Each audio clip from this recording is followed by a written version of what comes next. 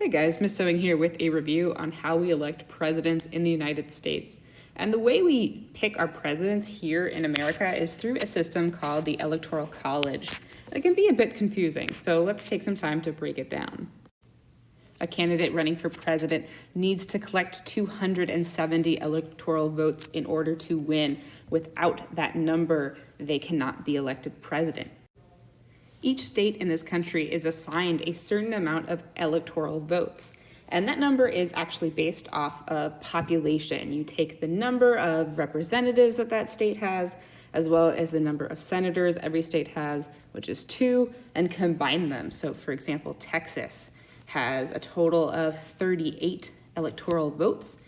It's quite a lot larger. There are more people in Texas than, say, Massachusetts, where I'm from, which gets 11 votes.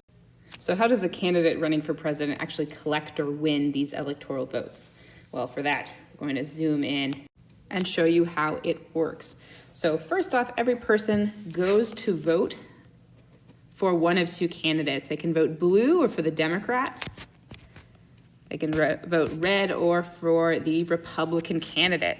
Now, we look at a state like Massachusetts. Those votes come in represented by these dots here. We've got a fair amount of blue or Democratic votes and a couple of Republicans, but you can see visually more Democratic votes.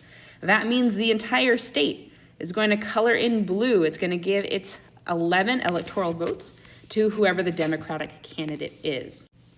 As another example, we can look here in Texas, and we see the same process. People send in their votes. You've got lots of Republican votes in the state of Texas, but also growing are more Democratic votes, as you can see on the screen. But overall, more red votes in the state of Texas means that the entire state will color itself red, and we will send, as we did in the last presidential election, 2020, the 38 of Texas's electoral votes went to the Republican candidate.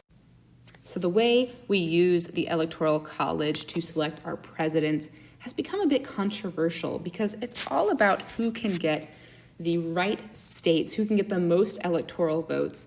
It's not about the popular vote or the total number of votes cast in the country. And this is controversial because in recent years, we've had situations where the Democrat would get more votes but lost the election.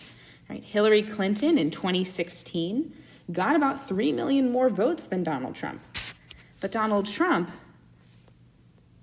got 270 electoral votes. And so he became our president, even though the majority of Americans selected somebody else.